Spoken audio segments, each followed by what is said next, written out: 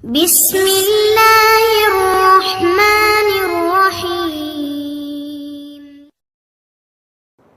அஸ்ஸலாமு அலைக்கும் வரஹ்மத்துல்லாஹி வபரகாத்து. அன்பிற்குரிய சகோதர சகோதரிகளே, நீங்களும் ஆலிம்களாகலாம் என்ற இந்த பாடத்தில் வெள்ளி சனி ஆகிய 2 நாட்கள் திருக்குர்ஆனுடைய வசனங்களின் அர்த்தத்தை பார்த்து வர்றோம். அதில் 115வது அத்தியாயத்து வசனத்தில் அல்லாஹ்வுடைய முகம் என்று வந்த காரணத்தினால அல்லாஹ்வை பற்றின சிஃபத்துகளை எப்படி புரிந்து கொள்வது என்பதை நம்ம பார்த்து கொண்டு இருக்கிறோம். அந்த வகையில் எந்த ஒரு விஷயத்தில் அல்லாஹ்வுடைய கை, முகம் இப்படியான வார்த்தைகள்லாம் வருகிறதோ அதை அப்படியே நம்பிடணும். ஆனால் மற்றவரை போல் இல்லைன்னு சேர்த்து நம்பணும். முகம் இருக்குது, நம்ம யாருடைய முகத்தை போலவும் இல்லை, கை இருக்கிறது, யாருடைய கையை போலவும் இல்லை, இப்படின்னு சேர்த்து நம்பிடணும்னு பார்த்தோம். சில இடங்களில் அந்த நேரடி அர்த்தம் கொடுக்க முடியாது. அந்த இடங்களில் மட்டும் மாற்றிக்கிறணும். ஏன் கொடுக்க முடியாது? அந்த பிச்சைக்காரன்ட்டு அல்லாஹ் வர்றதுங்கிறது நேரடி அர்த்தம் கொடுக்க முடியாது. அவுளியாட்ட அல்லாஹ் ஆயிடுவாங்கிறதுக்கு நேரடி அர்த்தம் கொடுத்தா அவர் சாகவே கூடாது. நம்ம கண்ணு முன்னாடி நேரடி அர்த்தம் இல்லைன்னு தெரிகிறது. அந்த மாதிரியான விஷயந்தான் உலகத்தை அழிக்கிறதுக்காக வேண்டி அல்லாஹ் நான் உலகத்தை அழிப்பேன்பான். அவன் அழிப்பான், அழிக்க தேவையில்லை, அவன் இருந்துக்கிட்டே அழிஞ்சிருவான். அப்போ அதை பற்றி பேசும் பொழுதெல்லாம் நான் வருவேங்கிற வார்த்தை எல்லாம் போடுகிறான். இப்போ உதாரணமாக அது மாதிரியான ஒரு வசனத்தை பார்க்குறதா இருந்தால் 6வது சூறாவில் 158வது வசனத்தில் வருகிறது, ஹல் எல்லுரூன, இவர்கள் எதிர்பார்க்கிறார்களா என்றால் எதிர்பார்க்கவில்லைன்னு அதுக்காக உள்ள அவங்கள்ட்ட பதில் எதிர்பார்த்து இதை கேட்கலை, அதனால் எதிர்பார்க்கவில்லைன்னு தான் அதுக்கு அர்த்தம். ஹல் எல்லுரூன, அவர்கள் எதிர்பார்க்கவில்லை, இல்லா அந்த தியகமுல் மலாய்க்கத்து, அவங்கள்ட்ட மலாய்க்கத்து வரணும் என்பதை தவிர, அவ் ஏத்திய ரப்புக்க, உமது இறைவன் அவர்கள்ட்ட வரணும் என்பதை தவிர, அவ் ஏத்திய பாலு ஆயாத்தி ரப்பிக்க, அவங்களுடைய இறைவனுடைய அத்தாட்சிகளில் சிலது வரணும் என்பதை தவிர வேறு ஒன்றை எதிர்பார்க்கலை. என்னத்துக்கு எதிர்பார்க்குறாங்க இவங்க மறுத்துக்கிட்டு போகிற காட்சியை பார்த்தா இப்போ நான் தான் இப்போ வரணும் போல இருக்குது. அதுதான் எல்லாம் கேட்குறான். நான் தான் இப்போ வரணும்னு எதிர்பார்க்குறியா? என்னுடைய மலக்கு வரணும்னு எதிர்பார்க்குறேன் என்ன அர்த்தம்? நான் தான் வரணும்னு என்ன அர்த்தம்? உன்னை க்ளோஸ் பண்ணுன்னு அர்த்தமே தவிர வர்றதுன்னு அர்த்தம் கிடையாது. அப்போ ஹல் எந்தூருனை இவர்கள் எதிர்பார்க்கவில்லை, இல்லா அந்த தியகமுல் மலாய்க்கத்து, அவங்கள்ட்ட மலக்குகள் வருவதை தவிர எதிர்பார்க்கவில்லை. இப்போ மலக்கு தான் வரணும்னு வெயிட் பண்ணிகிட்டு இருக்கிறியா? அவ் ஏத்திய ரப்புக்க, அல்லது உமது இறைவன் வரணும் என்பதை தவிர அவங்க எதிர்பார்க்கவில்லை. அவங்க செய்கிற ஆட்டம் போடுறதை பார்த்தா நான் தான் வரணும்னு எதிர்பார்க்குறாங்க இருக்குது. அவங்க ஆட்டம் போடுறதை பார்த்தா உன்னுடைய இறைவனாகிய நான் தான் வரணும்னு என்ன அர்த்தம்? என் மலக்கு வரணும்ன்றாலும் நான் தான் வரணும் என்றாலும் அர்த்தம் என்னம்னு கேட்டால் அழிக்கிறேன்னு அர்த்தம். என்னுடைய ஆற்றல் வரும், என்னுடைய கட்டளை வரும். அல்லாஹ் வருவான்னு என்ன அர்த்தம்? அழிப்பதற்கான அல்லாஹ்வுடைய கட்டளை வருவதைத்தான் நான் வர்றேங்கிற வார்த்தையை பற்றி அல்லாஹ் சொல்கிறான். உன்னது இறைவன் வருவதை தவிர வேறு ஒன்றை அவங்க எதிர்பார்க்கவில்லை. இதுக்கு என்ன அர்த்தம் செய்யணும்? இறைவன் வருவானா? இறைவன் வருவான், விசாரணைக்கு வருவான்னா அவனே வருவான். கியாமத்தினால வருவான் வருதில்ல, ஓ ஜா ரப்புக்க ஒல் மலக்கு சஃபன் சஃபா, வானவர்கள் அணிவகுக்க உமது இறைவன் வருவான் அப்படின்னு வந்துச்சுன்னா எல்லாரும் நிற்போம், அல்லாஹ் வருவான், நம்மெல்லாம் பார்ப்போம். அது வருவாண்டே அர்த்தம். இங்கே அழிக்கிற ஊருக்கு அல்லாஹ் அது மாதிரி மெனக்கட்டு செய்வானான்னு கேட்டால் அந்த அர்த்தம் கிடையாது. உமது இறைவன் வருவான் என்று சொன்னால் அழிப்பதற்குரிய கட்டளை வரும். இறைவன் வருவான் என்பதற்கு அர்த்தம் என்னென்னா அழிப்பதற்கான கட்டளைன்னு அர்த்தம். அதே மாதிரி இப்போ இந்த உலகத்தில் நம்ம பூமியெல்லாம் பார்த்திங்கன்னா சுருங்கிக்கிட்டே வருது, நிலப்பரப்பு கம்மியாகிக்கிட்டே வர்றதை நீங்கள் பார்க்குறீங்க. இப்போ நீங்கள் கூட சென்னையை பார்த்தீங்கன்னு சொன்னால் ஒரு 50 வருஷத்துக்கு முன்னாடி உள்ள சென்னையும் இப்போ உள்ள சென்னை கடற்கரையை பார்த்திங்கன்னா பெரிய வித்தியாசம் இருக்கும். கடல் எங்கேயோ தொலைவில் இருந்துச்சு ஒரு 50 வருஷத்துக்கு முன்னாடி எல்லாம். இப்போ நெருங்கி ரோட்டு வரைக்கும் வந்துருச்சு. இப்போ அப்போ பூமி குறைஞ்சி என்ன செய்கிறது, அது நீர் மட்டம் அதிகமாகிக்கிட்டே வருகிறது. நீர் மட்டம் அதிகமாகிட்டு வந்தால் என்ன செய்யும்? பூமி அதன் ஓரங்களில் குறைய ஆரம்பிச்சிடும். இப்போ கூட என்ன செய்கிறாங்கன்னா புவி வெப்பமயமாதல்ன்ற ஒரு கான்செப்டில் பூமியெல்லாம் ரொம்ப சூடாகும் போது அப்போ என்ன ஆகும்னு கேட்டால் பிரம்மாண்டமான பனிப்பாறைகள்லாம் இருக்கிறது.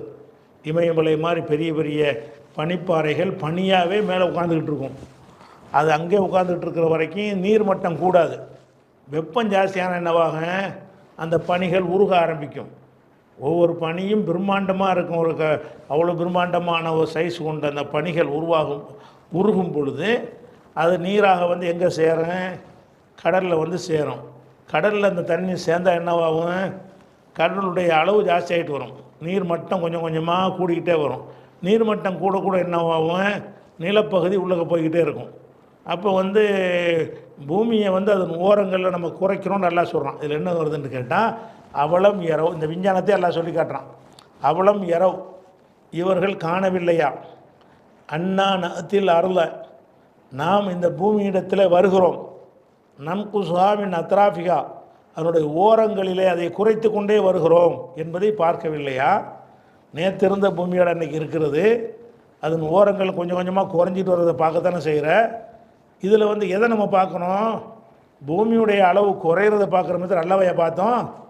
இங்கே நாம் வருவதை பார்க்கலன்னு நல்லா கேட்குறான்.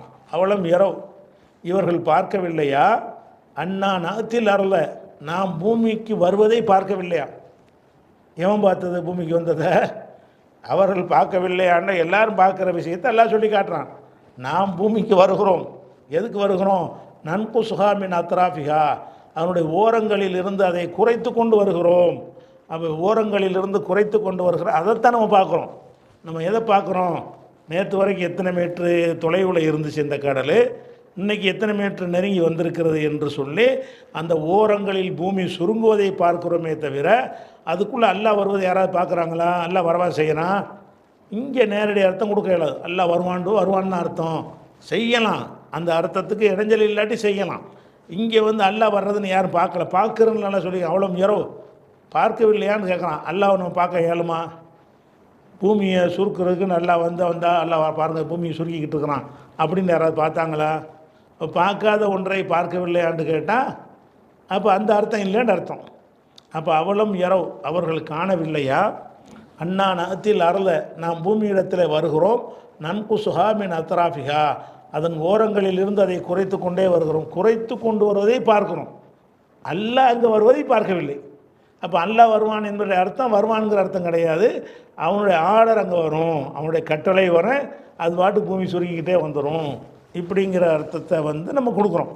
நேரடி அர்த்தம் இங்கே கொடுக்கறது இல்லை, கொடுக்க முடியாது. அதே மாதிரி வந்து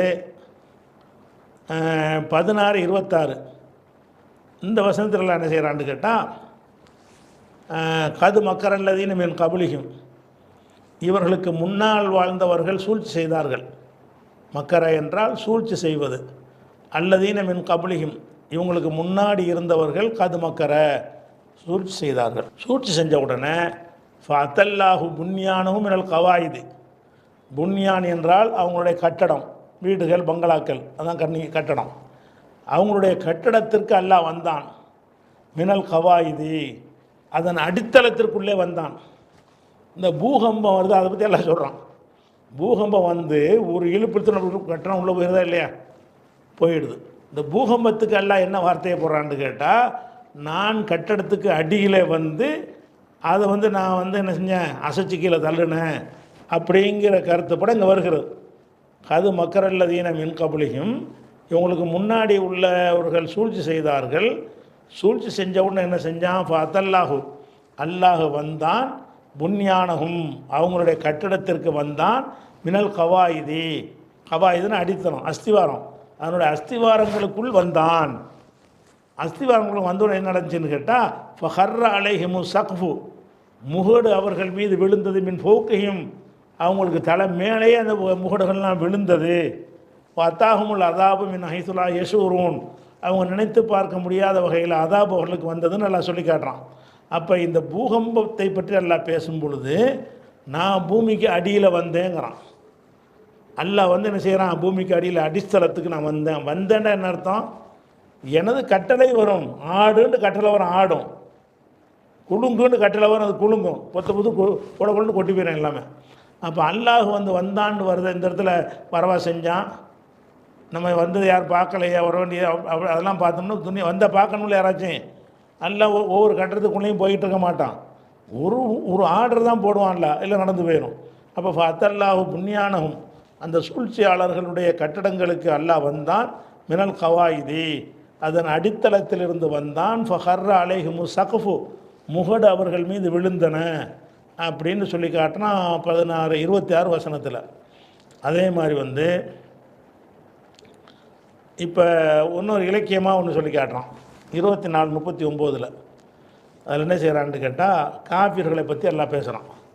ஒல்லதீன கஃபரு, நிராகரிக்கிறார்கள் அவர்கள், அமாலுஹும், அவங்களுடைய செயல்கள் வந்து சராபின், சராபு என்றால் காணல் நீர், ஷராபுன்னா நீர் குடிக்கிற பானம், இந்த சீன் போட்டோம்னா காணல் நீர். காணல் நீர்னா என்னதான்? காணல் நீர்னா வெயில் நல்ல வெயில், உச்சி வெயில் அடிக்கும் பொழுது ரோட்டில் தெருவில் நீங்கள் பார்த்தீங்கன்னா தூரத்தில் அப்படி தண்ணி மாதிரியே தெரியும். அதிலிருந்து வரக்கூடிய நீராவிலேருந்து வரக்கூடிய அந்த நீரில் அந்த வெயிலும் பட்ட உடனே என்னமோ ஆறு மாதிரி ரோட்டை பார்த்தீங்கன்னா தார் ரோட்டில் நீங்கள் நல்லா பார்க்கலாம். வெள்ள வெயில் நேரத்தில் ஒரு 2 மணிக்கு திறந்த வெளியாக இருக்கக்கூடிய ரோட்டில் போய்கிட்டு இருந்தீங்கன்னு சொன்னால், மரஞ்செடி கொடிலாம் இல்லாத இடத்துல போனீங்கன்னு சொன்னால், உங்கள் ரோட்டில் முன்னாடி உள்ள ரோட்டில் என்னமோ ஆறு மாதிரி தெரியும். கிட்ட போக போக தெரிஞ்சுக்கிட்டே இருக்கும். அப்போ இதுக்கு பேர் தான் காணல் நீர். காணல் நீர்னு சொன்னால் அங்கே தண்ணி இருக்காது, தண்ணீராக நமக்கு காட்சி தரும். பொய் தோற்றத்துக்கு காணல்பாங்க. பொய்யான ஒரு தோற்றம், அங்கே தண்ணிலாம் கிடையாது, அங்கே ஆறுலாம் இல்லை, குளம் இருக்கிற மாதிரியே தெரியும். பார்த்தீங்கன்னு சொன்னால் திறந்த வழியில் பொட்டல் வழியில் நின்று கொண்டு நல்ல வெயில் நேரத்தில் பார்த்தீங்கன்னா தூரத்தில் இருக்கு அப்படி தண்ணி இருக்கிற மாதிரி தெரியும். நல்ல வெயில் நேரத்துலாம் தெரியும், காலையில் சாயந்தரம் தெரியாது. அப்போ அந்த மாதிரி உள்ளதுக்கு பேர் தான் சராபு. அப்போ காஃபிர்களுடைய அமல்கள்லாம் எப்படின்னு கேட்டால் அது காணல் நீர். அவன் என்னமோ தண்ணி மேலே நினச்சிக்கிட்டு இருப்பான். வணங்குதா? யஹசபுல் லம்ஆனுமா, தாகமாக இருக்கிறவன் அதை தண்ணீர் என்று நினைப்பான். யஹசபுஹு, அதை பற்றி கருதுவான். லம்ஆனு, லம்ஆன்னா தாகமாக இருக்கிறவன், அதை பார்த்தான்னு வைங்க அந்த காணல் நீரை அப்படியே இந்த தண்ணி இருக்குடா நினைப்பானான். ஹத்தா இதா ஜாஹு, அதற்கிட்ட அவன் வந்தானையானால் லம் யஜுதுஹு ஷையா, அங்கே உன்னையுமே பார்க்க மாட்டான்.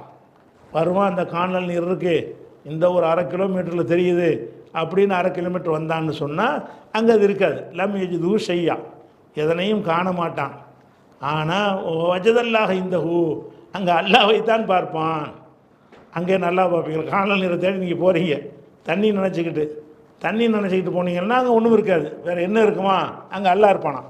வஜதல்லாஹ இந்தஹு, அங்கே அல்லாஹ்வைத்தான் காண்பான் அப்படிங்கிறான். அப்போ காணல் நீரை தேடி போகிற இடத்துல அல்லாஹ் நின்றானே. இப்போ வச்சு பார்த்துருக்கலாம் நீங்கள். அல்லாஹ் பார்க்குறேன்னு அர்த்தம். அல்லாஹ் என்ன செய்கிறான்னு கேட்டால் அந்த இலக்கியமாக இந்த வசனத்தில் பேசுகிறான். என்ன பேசுகிறான்னு கேட்டால், அதாவது காணல் நீரை தண்ணிமாக நினச்சிட்டு இருக்கிறீங்கள, தண்ணியை இல்லாமல் ஏமாந்து போகிறீங்கள, அந்த மாதிரி தான் காஃபிர் என்ன செய்வான்னு கேட்டால் அவனுடைய அமல்கள் எல்லாம் பெரிய நிறைய காரியங்கள்லாம் செஞ்சுருப்பான், தானம் தர்மம் அதெல்லாம் செஞ்சுருப்பான். அதுக்கு அல்லாட்ட கூலி இருக்காது. ஆனால் கூலி கிடைக்கும்னு நினச்சிக்கிட்டு இருப்பான். கிட்ட வந்து பார்த்தா ஒன்றுமே இருக்காது. அங்கே யார் தான் நிற்பான்? அல்லா தான், நான் தான் இருப்பாங்க, தீர்ப்பளிக்கும் இடத்தில் நான் தான் இருப்பேங்கிறதுக்கு எல்லாம் சொல்லி காட்டினான். இப்போ வஜதல்லாஹ இந்தஹு, அல்லாஹுவை அங்கே காண்பான். இப்போ அஃபாஹு ஹிசாபஹு, அவனுடைய கணக்கை அல்லாஹ் தீர்த்து வைப்பான். உன்னுடைய அமலுக்கு என்னடா கூலி என்று எல்லாம் என்ன செய்வான்? தீர்த்து வைப்பான்னு வருது. இப்போ இந்த காணல் நீரை தேடி சென்றவனுக்கு அந்த இடத்துல அல்லாஹ்வை காண்பான்னா அல்லாஹ்வுடைய குதிரத்தை காண்பான். காணல் நீரை தண்ணியாக நினச்சிக்கிட்டு போகிற அந்த இடத்துக்கு வந்தவனு பார்த்தா தண்ணி இருக்காது, அல்லாஹ் தான் இருப்பான். அங்கே உள்ள அல்லாவாக இருப்பான்? அல்லாஹ் இருக்க மாட்டான். அல்லாஹ் இருப்பான்னு அங்கே சொல்கிறான். வஜதல்லாஹ இந்தஹு, அந்த இடத்துல அவன் அல்லாஹ்வை காண்பான். அல்லாஹ்வை காண்பான்னு என்ன அர்த்தம்? அல்லாண்டா யாருங்கிறவன் காண்றான். என்னடா ஒன்றும் இல்லை, தண்ணி மாதிரி தெரியுது, கிட்ட வந்து பார்த்தா ஒன்றுமே காணாம். அப்போ எப்படிப்பட்ட வல்லமை உள்ளவனாக இருப்பான் அல்லாஹ்? அந்த மாதிரி வந்து அல்லாஹ்வுடைய வல்லமையை, குதிரத்தை, சக்தியெல்லாம் அந்த இடத்துல அவன் காண்பான் அப்படின்னு சொல்கிற இடத்துல அல்லாஹ்வை காண்பான்னு வருது. அப்போ காணல் நீரை தேடி போகிறவன் வந்து கிட்ட நெருங்கினவன் அல்லாஹ்வை காண்பான்றதுக்கு நேரடி இடத்துல கொடுக்க இயலுமா? அப்படி யாராக கண்டிருக்கிறோமா உலகத்தில்? இது உலகத்திலான காணல் நீர் இருக்கும். அப்போ இதுக்கு என்ன அர்த்தம்? காணல் நீரை பார்த்த உடனே அல்லாஹ்வை எங்கே காண்பான்னு சொன்னால் அல்லாஹ்வுடைய வல்லமை, அல்லாஹ்வுடைய பவரை, அல்லாஹ்வுடைய சக்தியை நம்ம என்ன செய்வோம்? அதில் காண்போம்னு இலக்கிய அர்த்தம் தான் கொடுக்க முடியும். அதே மாதிரி வந்து 59 வசனத்தில் என்ன வருதுன்னு கேட்டால், அந்த ஹஷருங்கிற சூறாவில் வந்து பனு நுதைர் கூட்டத்தரை வந்து ரசூலுல்லாஹ் நாடு கடத்துறதை வெளியேற்றிடுவாங்க. அதை பற்றி அல்லாஹ் சொல்லும்போது என்ன செய்கிறான்னு கேட்டால், அந்த கூட்டத்தார் நினச்சிக்கிட்டு இருந்தாங்க, ஒரு அன்னும் அன்னகும் மானியத்தும் ஹுசூனுகும், அவங்களுடைய கோட்டைகள் அவங்கள காப்பாற்றும் என்று நினைத்து கொண்டிருந்தார்கள். ஃபஅதாஹுமுல்லாஹு மின் ஹைஸு லம் யஹ்தஸிபு, அவங்க நினைத்து பார்க்காத விதத்தில் அவர்கள்ட்ட அல்லாஹ் வந்தான். அதாவது பனூ நுதைர்ங்கிற கூட்டத்தார் மதீனாவுக்கு பக்கத்தில் இருந்து கொண்டு ரசூலுல்லாவுக்கு நிறைய தொல்லைகள் கொடுத்து கொண்டிருந்தார்கள். ரசூலுல்லாவை கொல்வதற்கெல்லாம் பல திட்டங்கள்லாம் தீட்டினார்கள். ரசூலுல்லாவுடைய எதிரிகளுக்கெல்லாம் அடைக்கலம் கொடுத்து கொண்டிருந்தார்கள். நம்மளை யார் அசைக்க முடியாது நினைத்து கொண்டிருந்தார்கள். அல்லாஹ் என்ன செஞ்சான்னு கேட்டால், அவங்கள ஒரு விஷயத்தில் சிக்க வச்சு கடைசியாக அவங்க எல்லாத்தையும் விட்டுட்டு நாடு கடத்தி வேறு பக்கத்துக்கு அனுப்புகிற ஒரு நிலைமை ஏற்பட்டுச்சு. அதான் ஹஷர் என்றால் நாடு கடத்தி அனுப்புறது. அந்த ஒரு சம்பவத்தை சொல்லும் பொழுது அவங்க ஒரு கணக்கு போட்டாங்க. நான் என்ன செஞ்சேன், ஃபஅதாஹுமுல்லாஹு, அல்லாஹ் அவர்களிடம் வந்தான், மின் ஹைஸு லம் யஹ்தஸிபு, அவங்க நினைத்து பார்க்காத விதத்தில் அல்லாஹ் வந்தான். அவங்க இந்த இடத்த விட்டு நம்மளை யாரும் அசைக்க முடியாது நினச்சாங்க. நான் ஒரு ரூட்டில் வந்தேங்கிறான், அல்லாஹ் எங்கள் ரூட்டில் வந்தான். அவன் ஒரு ஐடியாவை கொடுத்தான் ரசூலுல்லாவுக்கு சில கட்டளைகளை போட்டான். அதன்படி செயல்பட்டு என்ன செஞ்சாங்க, எல்லாரையும் நாடு கடத்திட்டாங்க. நாடு கடத்துறத சரிதாண்ட ஒத்துக்கொள்ளக்கூடிய நிலைமையை உண்டாக்கி அவர்கள் எல்லாம் நாடு கடத்திட்டான். அப்போ நாடு கடத்தின பற்றி எல்லாம் பேசும்போது என்ன சொல்கிறான்னு கேட்டால், ஃபஅதாஹுமுல்லாஹு, அல்லாஹ் அவங்கள்ட்ட வந்தான். பனூ நுதைர் கூட்டத்தார்கிட்ட அல்லாஹ் வந்தான். எப்படி வந்தான், மின் ஹைஸு லம் யஹ்தஸிபு, அவங்க நினைத்து பாராத விதத்தில். அப்போ அவங்க நல்லா போனானா, பனூ நுதைர் போய் என்னப்பா சோமா இருக்கலான்னு கேட்டானா, அவங்கள்ட்ட நான் வரல, அவங்க நினைக்காத விதத்தில் அவர்களிடம் வந்தான் என்று சொன்னால், நினைக்காத விதத்தில் அவர்களால் டீல் பண்ணினான், அதுக்குரிய வேலையை செஞ்சான், அதுக்குள்ள திட்டத்தை வகுத்தான், அதுக்குரிய கட்டளையை பிறப்பித்தான். அப்படி அர்த்தம் கொடுக்கணுமே தவிர அங்கே அல்லாஹ் வந்தான்னு நேரடி அர்த்தம் கொடுக்க முடியாது. அப்போ நேரடி அர்த்தம் கொடுத்தல் என்பது எல்லா இடத்துலையும் கொடுத்துட வேண்டும். சில இடங்கள் அதுக்கு இடைஞ்சலாக இருக்குமேயானால் அப்போ இலக்கியம்னு ஒன்று இருக்கல, எல்லா பாஷையிலையும் மாற்று அர்த்தம் கொடுக்குறது. அந்த மாற்று அர்த்தத்தை நோக்கி என்ன செய்யணும், திரும்பி கொள்ளணும். இதெல்லாம் இந்த அல்லாஹ் பற்றின ஒரு விஷயமாச்சு. இப்போ நம்ம என்ன செய்யணும், 115 வசனத்துக்கு வரணும். 115 வசனம் என்ன சொல்லுது, அந்த வசனம் தான் பார்த்து கொண்டிருக்கிறோம். அந்த வசனம் என்ன சொல்லுதுன்னு கேட்டால், ஒலில்லாஹில் மஷ்ரிக் ஒல் மகரிபு தானே. ஒலில்லாஹி, அல்லாவுக்குத்தான் உரியது. அல் மஷ்ரிக் ஒல் மகரிபு, மஷ்ரிக்கும் மகரிபும் அல்லாவுக்குத்தான் உரியது. ஃபைனமா துவல்லு, நீங்கள் எங்கே திரும்பினாலும் ஃபசம்ம வஜ்ஹுல்லா, அங்கே அல்லாஹ்வுடைய முகம் இருக்கிறது. இந்த வசனத்தை தான் நம்ம பார்த்துக்கிட்டு இருக்கிறோம். இந்த வசனத்திற்கான விளக்கத்தை தான் பார்த்துக்கிட்டு இருக்கிறோம். அதில் இப்போ நம்ம இப்போ புரிஞ்சுக்கிற விஷயம் என்னென்னு கேட்டால், மஷ்ரிக்கு மகரிபு அல்லாஹ்வுக்குரியது, இதில் குழப்பம் கிடையாது. எல்லாம் அல்லாஹ்வுக்குரியது தானே. அதனுடைய உடைமையை சொல்வதாக இருந்தால் உலகத்தில் உள்ள எந்த ஒரு பொருள் எந்த ஒரு திசையை வேண்டாலும் அல்லாஹ்வுக்குரியதுன்னு சொல்லலாம்.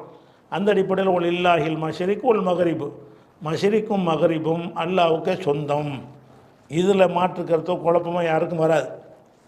ஐனமா துவல்லு, நீங்கள் எங்கே திரும்பி கொண்டாலும் சம்ம வஜ்ஹுல்லா, அங்கே அல்லாஹ்வுடைய முகம் இருக்கிறதுன்னு வருதில்ல. நீங்கள் எங்கே திரும்பினாலும் சரி அங்கே அல்லாஹ்வுடைய முகம் இருக்குது என்று சொன்னால், பொதுவாக இதில் ஒரு சயின்டிஃபிக்கான ஒரு கேள்வி வரும். என்ன கேள்வி வரும்னு கேட்டால், ஒரு பொருளை எந்த ஒரு பொருளாக இருந்தாலும் அது ஒரு திசையில் தான் தெரியும். இந்த பொருள் இங்கே இப்படி பார்த்தா எனக்கு தெரியும், முதுகுலேருந்து பார்த்தா தெரியுமா, தெரியாது. அப்போ எந்த ஒரு பொருளாக இருந்தாலும் இது கிழக்கில் இருந்தால் கிழக்க தான் பார்க்க முடியும். மேற்கு திரும்பிட்டு நான் இதை பார்க்க முடியுமா, முடியாது.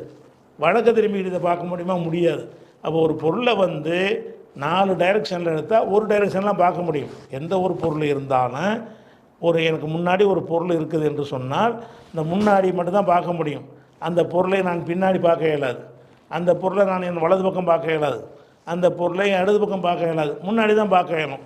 அப்படின்னு இருக்கும் பொழுது எங்கிட்டு திரும்பினாலும் அங்கே அல்லாஹ் இருப்பான்னா, எங்கே எப்படி ஒரு அரசர் இருக்கான்னு சொல்கிறீங்க, எங்கிட்டு திரும்பினாலும் அல்லாஹ் இருப்பான்னு சொன்னால் அது எப்படி இருக்க முடியும்? எங்கிட்டு திரும்பினாலும் இருப்பான்டா, எங்கே அல்லாஹ்க்குன்னு ஒரு அரசு இருக்குதுன்னு சொல்லிட்டோம். அரசில் இருந்து எல்லாத்தையும் கண்காணிச்சிட்டு இருக்கிறான். எங்கே திரும்பினாலும் அல்லாஹ்வுடைய முகம் இருக்குன்னு சொன்னால் அப்போ அங்கிட்ட அல்லாஹ் இருக்கான், அங்கிட்ட நிறைய அல்லான்னு வந்துடும்ல. நிறைய பொருள் இருந்தால் தானே எல்லா பக்கமும் பார்க்க முடியும். ஒரு பொருளை எந்த ஒரு பொருளையும் ஒரு திசையில் தான் நீங்கள் பார்க்க முடியும், மீதி 3 திசையில் பார்க்க முடியாது. அந்த பொருள் எந்த இடத்தில் இருக்கிறதோ அதை நோக்கி மட்டும்தான் நீங்கள் பார்க்க முடியும். அது இல்லாத இந்த பக்கம்னா நீங்கள் பார்க்க முடியாது. ஆனால் இங்கே என்ன சொல்லப்பட்டிருக்கு, நீங்கள் இப்படி திரும்பினா அங்கே எல்லாம் இருப்பான், இப்படி திரும்பினா அங்கே அல்லாவுடைய முகம் இருக்கும், இப்படி முதுகு பின்னாடி திரும்பினா அங்கே அல்லாவுடைய முகம் இருக்கும், இப்படி திரும்பினா அல்லாவுடைய முகம் இருக்கும்னா அல்லாஹ் இருக்கிற இடம் எது? நிறையன்னு வந்துருச்சா இல்லையா? அப்போ நிறையன்னு வரும் பொழுது இந்த இடத்தில் நம்ம அந்த இடத்த கொடுக்க முடியலை. பல இடத்தில் அல்லாஹ் இருக்கிறான்னு சொல்லும் பொழுது நிறைய அல்லாஹ்ங்கிற ஒரு கணக்கு வந்துடுது. அதுக்கு என்ன செய்யலாம் என்று சொன்னால் இந்த மாற்று கருத்தான் கொடுத்தாகணும். இந்த இடத்தில் அல்லாஹ்வுக்கு முகம் இருக்கிறது உண்மைதான்.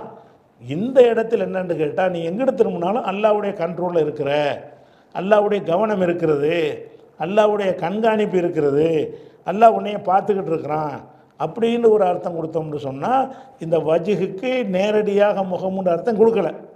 ஏன் கொடுக்கல? முகம்ன்ற அர்த்தம் கொடுத்தோமே ஆனால் இந்த பக்கமும் அல்லாஹ் இருக்கிறான், இந்த பக்கம் இருக்கிறான், இந்த பக்கம் இருக்கிறான், இந்த பக்கம் இருக்கிறான்னு சொன்னால், நாலாபுரத்திலும் அல்லாஹ் இருக்கிறான் என்று சொன்னால், அப்போ 4 பகுதியில் 4 முகம் இருந்தால் தான் நம்ம இருக்க முடியும்.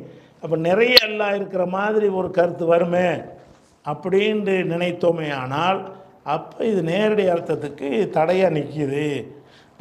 அப்போ அல்லாஹ் பொய்யா சொல்லிட்டான் இல்லை. அதுக்கு என்ன அர்த்தம் கொடுக்கணும்? நீ எங்கிட்ட வேணாலும் திரும்ப அவன் பார்த்துக்கிட்டு தான் இருக்கிறான், நீ இந்த பக்கம் திரும்ப அவன் அங்கே தான் இருக்கிறான், நீ எங்கிட்ட திரும்பினாலும் உன்னை பார்த்துக்கிட்டு இருப்பான் அப்படின்ட்டு கருத்து கொடுத்தால் இந்த இடத்துல அதுக்கு அனுமதி இருக்குது. இந்த இடத்துல நேரடி அர்த்தம் தான் கொடுக்கணும்னு அவசியம் கிடையாது. அல்லது இது நம்முடைய பார்வையிலேருந்து இப்படி பார்க்கும்போது இப்படி தெரியுதுங்க. ஆனால் பிரம்மாண்டமான ஒன்று சின்ன ஒன்றை கம்பேர் பண்ணிங்க என்று சொன்னால் அதில் இது பொருந்தாது. இப்போ உதாரணமாக இந்த உங்கள் வீடு அளவுக்கு ஒரு ஒரு ஒரு உருண்டை, உலக பூமி உருண்டை மாதிரி என்ன செஞ்சீங்க, ஒரு வீடு அளவுக்கு ஒரு உருண்டையை நீங்கள் ரெடி பண்ணிட்டீங்க. நம்ம வீடை உதாரணத்துக்காண்டி ஒரு வீடு அளவு பிரம்மாண்டமாக ஒரு பெரிய ஒரு கோல் மாதிரி உருவாக்கிட்டீங்க. அதுதான் இந்த பூமின்னு வச்சுக்கிறங்க. அதில் என்ன செய்கிறீங்கன்னு கேட்டால், நீங்கள் ஒரு எறும்புன்னு வச்சுக்கிற மேலே நிற்கிறீங்க, கீழே ஒரு சின்ன ஒரு துகள் மாதிரி ஒன்று இருக்குது.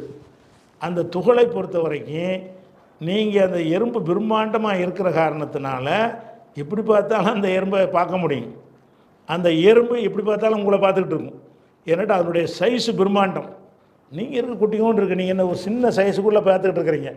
சின்ன சைஸுக்குள்ளே பார்த்துட்டு இதை நேருக்கு தான் பார்க்க முடியும், பின்னாடி பார்க்கறத நினைக்கிறீங்க.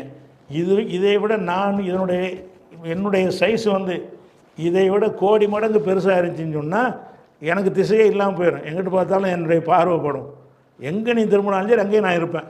அப்படின்ற ஒரு அடிப்படையில் பார்த்தீங்கன்னு சொன்னால், இந்த அண்ட சராசரத்தினுடைய அரசு மேலே எல்லாம் இருந்து கொண்டு அரசுலேருந்து எல்லாத்தையும் இப்படி விரியுது. அவனுடைய பார்வை அரசில் மேலே இருக்கிறான், இப்படி விரியுது. நீ எங்கனக்குள்ளே இருந்தாலும் சரி அல்லாஹ் தான் நீ பார்க்குற. அங்கே இருந்தாலும் அல்லாஹ் பார்க்குற, எங்கே இருந்தாலும் அல்லாஹ் பார்க்குற, எங்கே இருந்தாலும் அல்லாஹ் பார்க்குற. அப்போ எல்லா பக்கமும் அல்லாஹ்வுடைய முகம் இருக்குது என்பது நேரடி அர்த்தமும் கொடுக்கலாம். எப்படி கொடுக்கலாம்? அல்லாஹ்வுடைய அந்த பிரம்மாண்டத்தை நீங்கள் கற்பனை செய்து கொண்டு அந்த பிரம்மாண்டத்தின் அடிப்படையில் நீங்கள் பார்த்தீங்கன்னா நீங்கள் ஒரு எறும்பு மாதிரி தான் வருவீங்க. சின்ன ஒரு பொருளாக இருக்குன்னு பிரம்மாண்டமாக ஒன்று மேலே இருக்குதுன்னு சொன்னால் நீங்கள் எங்கிட்டு பார்த்தாலும் அவனை தானே பார்க்க போகிறீங்க, எங்கிட்டு திரும்பினாலும் அதை நோக்கி தானே திரும்பணும். அப்படிங்கிற ஒரு அடிப்படையில் வச்சுக்கிட்டோம்னு சொன்னால் அல்லாஹ் ஒரு இடத்துல இருந்து கொண்டு நீங்கள் ரொம்ப அற்பத்திலும் அற்பமாக இருக்கிற நீங்கள் அற்பம், நீங்கள் இருக்கிற பூமி அற்பம், இந்த அண்ட சராசரத்தை ஒப்பிட்டு பார்க்கும் பொழுது இந்த பூமியே ஒரு அற்பத்திலும் அற்பமான ஒரு சைஸு. அதில் நீ என்ன சைஸு? இந்த சைஸில் இருந்து பார்த்தீங்கன்னா எங்கிட்ட பார்த்தா நல்லா தான் இருப்பான். பிரம்மாண்டமாக அவன் இருக்கிறதுனால இப்போ வானம் இருக்குல்ல, பிரம்மாண்டமான வானம் இருக்குது, எங்கிட்ட பார்த்தாலும் வானம் இருக்குமா இல்லையா? அந்த மாதிரி நம்ம எடுத்துக்கொண்டோமே ஆனால் எங்கே பார்த்தாலும் அல்லாஹ்வுடைய முகம் இருக்குது என்று நேரடி அர்த்தம் கொடுக்கலாம். அப்போ நேரடி அர்த்தம் கொடுப்பதா இல்லை என்பதற்கு நம்ம என்ன கவனிக்கணும்னு கேட்டால், இடைஞ்சல் வருதான்னு பார்க்கணும். இடைஞ்சல் வராத ஒரு அர்த்தம் கொடுக்க முடியும்னு சொன்னால் நேரடி அர்த்தம் கொடுத்துருங்க. இல்லை நேரடி அர்த்தம் கொடுத்தா ஒரு இடைஞ்சல் வருது, அதில் ஒரு கருத்து குழப்பம் வருதுன்னு நினச்சிங்கன்னா அல்லாஹ்வுடைய கவனம் இருக்கிறது, நீ இருட்டில் போத்திக்கிட்டு இருந்தாலும் அவன் உன்னை பார்த்துக்கிட்டு இருக்கிறான். வஜ்ஹுக்கு கவனம், எல்லா இடத்துலையும் கவனம்னு சொல்லக்கூடாது. இந்த இடத்துல நேரடி அர்த்தம் கொடுக்க முடியல நீங்கள் நினைத்தால் கவனம்னு கொடுத்துட்டு போங்க. அல்லது நேரடி அர்த்தமே கொடுக்கலாம். எப்படி கொடுக்கலாம்? அவனுடைய பிரம்மாண்டத்தோடு கம்பேர் பண்ணி பார்க்கும் பொழுது நம்ம ரொம்ப சின்னதிலும் சின்னதாக இருக்கிறதுனால எங்கே திரும்பினா அவன் தான் தெரியும். அவனுடைய பிரம்மாண்ட சைஸின் காரணமாக எங்கே திரும்பினாலும் அல்லாஹ்வுடைய முகம் இருக்குது என்று சொன்னால் அப்போ நேரடி அர்த்தம் கூட கொடுக்கலாம், அந்த அர்த்தம் வச்சுக்கிட்டான். அப்போ முரண் இருக்காங்கிறது அளவுகள். நேரடி அர்த்தம் கொடுக்குறா இருந்தாலும் கொடுக்கலாம், அல்லது மாற்று அர்த்தம் கொடுக்குறா இருந்தாலும் கொடுக்கலாம். பொருந்துகிற மாதிரி இருக்கணும். இதுதான் அதனுடைய அளவு கொண்டு விளைவிக்கணும். அப்போ இது ஒரு விஷயமாச்சா. இதில் இப்போ நம்ம தொழுகிறோம். அப்போ எங்கே திரும்பினாலும் அல்லாஹ்வுடைய அடுத்த ஒரு சந்தேகம் வரும்ல. இந்த வசனத்தை வைத்துக்கொண்டு ஒருத்தன் என்ன செய்கிறான், கிழக்கு பக்கமாக தொழுகிறான். ஏன்டா தொழுகிற? அங்கேயும் அல்லாஹ் இருக்கிறான்ல, அங்கேயும் அல்லாஹ்வுடைய முகம் இருக்குது, அல்ல அல்லாஹ்வுடைய கவனம் இருக்குது. அப்போ நான் அங்கிட்டு தொழுகிறேன். வடக்க தொழுகிறான். ஏன்டா வடக்க தொழுகிற? இப்போ சம்ம வச்சுக்குள்ளாங்கிறான், அங்கேருந்து அல்லாஹ் இருக்கிறான். இங்கே தெற்க தொழுகிறான். ஏன்டா தெற்க தொழுகிற அப்படின்னு வருமா? ஏனால் வரும். இந்த ஆயத்தில் உள்ளபடி என்ன செய்யும்? வரும். எங்கே திரும்பினாலும் அல்லாஹ்வுடைய முகம் இருக்குது என்கிற ஒரு அடிப்படையில் அது அல்லாஹ்வைத்தான் நீங்கள் நோக்குறீங்க. இப்படி திரும்பினாலும் அல்லாஹ்வைத்தான் நோக்குறீங்க, இப்படி திரும்பினா அல்லாஹ்வைத்தான் நோக்குறீங்க, இப்படி திரும்பினா அல்லாஹ்வைத்தான் நோக்குறீங்க, இப்படி திரும்பினா அல்லாஹ்வைத்தான் நோக்குறீங்க, எங்கிட்ட திரும்பினா அல்லாஹ்வைத்தான் நோக்குறீங்கிற தத்துவ ரீதியாக உண்மை. ஆனால் தொழுகைக்கு உங்களுக்கு போட்ட கட்டளை என்னன்னு சொன்னால், இந்த காபாங்கிற ஒரு ஆலயத்தை நோக்கி நீங்கள் திரும்புங்க, அல்லாஹ் நோக்கி திரும்புறது அல்ல. நீங்கள் அல்லாஹ்வை நோக்கி திரும்புதல் எங்கிட்ட திரும்பினாலும் வரத்தான் செய்யும். நீங்கள் இப்போ தொழுகையை விட்டுருங்க, சும்மா இப்போ துவா செய்கிறீங்க. கிபிலாவை நோக்கி தான் துவா செய்யணுமா? கிபிலாவுக்கு நேரம் மாற்றம் அங்கிட்டு கூட துவா செய்யலாம், இங்கிட்டு கூட துவா செய்யலாம். ஏன்? எங்கிட்டு துவா நல்லா இருக்கான்ல. எந்த பக்கம் நீங்கள் உட்கார்ந்துக்கிட்டு இப்படி திரும்பி துவா செய்கிறீங்க, இதுவும் ஓகே தான். இப்படி திரும்பி துவா செய்கிறீங்க, ஏன்? எல்லாம் பார்த்துட்டு தான் இருக்கிறான். இப்படி திரும்பி துவா செய்கிறீங்க. அப்போ பிரார்த்தனைகள் மற்ற கோரிக்கைகள் வைக்கும் பொழுது நீங்கள் கையேந்தினீங்க என்று சொன்னால், எந்த பக்கம் பார்த்து நீங்கள் கையேந்தினாலும் சரி தான், அங்கே அல்லாஹ் இருக்கத்தான் செய்கிறான், அல்லாஹ்வுடைய கவனம் இருக்கத்தான் செய்கிறது. தொழுகையில் நோக்க சொல்லுவது அங்கே அல்லாஹ் இருக்கிறான்ங்கிறதுக்காக வேண்டி இல்லை. முதலில் கட்டப்பட்ட ஒரு ஆலயம் இருக்குது, அதை நோக்கு. அல்லாஹ் நோக்கிறதுக்காண்டி தொழு. அல்லாஹ் எங்கிட்ட நோக்கலாம். தொழுகையை எங்கே அல்லாஹ் எதுக்காக வேண்டி காபாவை நோக்க சொல்கிறான்னு கேட்டால், காபாவில் அல்லாஹ் இருக்காங்கிறதுக்காக வேண்டி கிடையாது.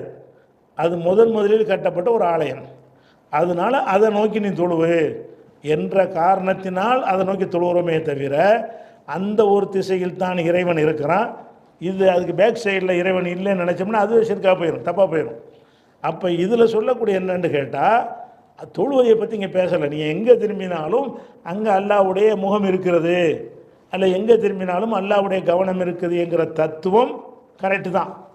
அந்த தத்துவத்தின் பிரகாரம் நீங்கள் எங்கே திரும்பி வேண்டாலும் என்ன செய்யலாம்? அல்லாஹ்ட்ட பேசலாம், அல்லாஹ்ட்ட உரையாடலாம், அல்லாஹ்ட்ட துவா செய்யலாம். அப்போ எந்த பக்கம் நீங்கள் திரும்பினாலும் இந்த பக்கம் அல்லாஹ் இல்லைடா அந்த பக்கம் தான் இருக்கான்னு சொல்ல முடியாது. அப்போ தொழுகையில் மட்டும் அப்படி செய்யறியன்னு கேட்டால், தொழுகையில் அந்த இடத்துல அல்லாஹ் இருக்கான்னு சொல்லி நம்ம முன்னோக்குறோம் இல்லை. முதல்ல கட்டப்பட்ட ஒரு ஆலயம் இருக்குது, லல்லதீபி பக்கா. அந்த பக்காவில் இருக்கிற அவ்வளோ பைத்து இருக்கிறது, அதை நோக்குங்க. காபாவைத்தான் நோக்குகிறோமே தவிர எதை நோக்கலை? அல்லாஹ்வை நோக்கலை. அல்லாஹ் தொழுகைக்கு அந்த திசையை நமக்கு தந்துட்டான். அப்படிங்கிறதுனால இது இந்த தொழுகைக்கு உரிய அந்த கிப்லாவுக்கு எதிரான வசனம் ஆகாது. அல்லாஹ் எங்கே நோக்குனால் அல்லாஹ்வை நோக்குனான்ங்கிற கருத்து மாறாது. அதுக்கு அடுத்து 115 முடிஞ்சிருச்சா? அடுத்து 116வது வசனத்துக்கு போகணும். இதான் 116. ஓ காலு, இவர்கள் சொல்கிறார்கள், இத்தகதல்லாஹு வலதா, அல்லாஹ் ஒரு சந்ததியை எடுத்துக்கொண்டான். இத்தகத என்றால் எடுத்துக்கொண்டான். அகத என்கிற சொல்லிருந்து என்ன செய்கிறது? இத்தகத இஃப்தா அலண்டு வரும், அதை தேயா மாற்றிடுவாங்க. இத்தகத என்றால் ஏற்படுத்தி கொண்டான், எடுத்துக்கொண்டான். அதனுடைய ஃபாயில் அல்லாஹ். இத்தகதல்லாஹு, அல்லாஹ் எடுத்துக்கொண்டான். என்னத்தை எடுத்துக்கின்றான்? வலதன், பிள்ளையை எடுத்துக்கொண்டான். அதான் அல்லாஹ் தனக்குன்னு ஒரு பிள்ளையை உருவாக்கிட்டான்னு அர்த்தம். இவங்க என்ன சொல்கிறாங்க? ஓ காலு, ஈசா நபி அல்லாஹ்வுடைய பிள்ளைங்கிறாங்கல்ல. ஈசாங்கிற ஒரு மனித தாய்க்கு பிறந்த ஒரு பையன், ஒரு ஆம்பளைய அல்லாஹ் தனக்கு பிள்ளையை ஆக்கி கொண்டான் என்று சொல்கிறார்கள். அதை பற்றி அல்லாஹ் சொல்கிறாங்க. காலு, இவங்க சொல்லுங்கிறாங்க, இத்தகதல்லாஹு, அல்லாஹ் ஏற்படுத்தி கொண்டான், வலதன், ஒரு பிள்ளையை ஏற்படுத்தி கொண்டான் என்று சொல்கிறார்கள். இது காலுடைய மக்கூல். காலு சொல்லுகிறார்கள். அவங்க சொன்ன சொல்லு என்ன? இத்தகதல்லாஹு வலதா என்று சொல்லுகிறார்கள். அர்த்தம் என்ன? இத்தகத ஃபேலு அல்லா ஃபாயிலு வலது மஃபூலு மொத்தத்தையும் அவர்கள் சொல்லுகிறார்கள். அப்போ இத்தகத் அல்லாஹு அல்லாஹ் ஏற்படுத்தி கொண்டான், வலதன் பிள்ளை ஏற்படுத்தி கொண்டான் சொல்கிறாங்களா.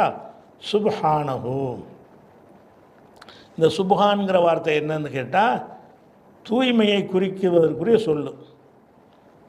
சுப்ஹான்கிற வார்த்தை எதுக்குன்னு கேட்டால் மஸ்தர் தான், அதை வந்து தூய்மையை காட்டுவதற்குரிய சொல்லு. என்ன தூய்மை என்று கேட்டால் இறைத்தன்மைக்கு இழுக்கு ஏற்படக்கூடிய விஷயங்கள் இருக்குல்ல, அதை விட்டு தூய்மையானவன். அல்லாஹ் வந்து பிள்ளைங்கிற இழுக்கவனுக்கு கிடையாது, மனைவிங்கிற இழுக்கவனுக்கு கிடையாது, உணவுங்கிற இழுக்கவனுக்கு கிடையாது, இயற்கை உபாதைகள் என்பது கிடையாது. இது மாதிரி இறைத்தன்மைக்கு சம்பந்தம் இல்லாததெல்லாம் இறைவனுக்குள்ள நினைக்கிறாங்கல்ல, அதுகளை விட்டும் தூரமாக இருக்கிறதுக்கு தான் என்ன செய்வாங்கன்னா சுப்ஹான், அவன் அனைத்து பலவீனங்களை விட்டும் தூய்மையானவன். சுப்ஹான் அல்லாஹி, அல்லாஹ்னு சொல்கிறதுக்கு பதிலாக ஹூ போட்டிருக்கு, அவ்வளோதான். சுப்ஹானஹு என்றாலும் சுப்ஹான் அல்லாஹி என்றாலும் ஒரே அர்த்தம் தான். அல்லான்னு முதல் சொல்லிட்டதுனால இந்த சுப்ஹானஹூண்டு வந்திருக்குது.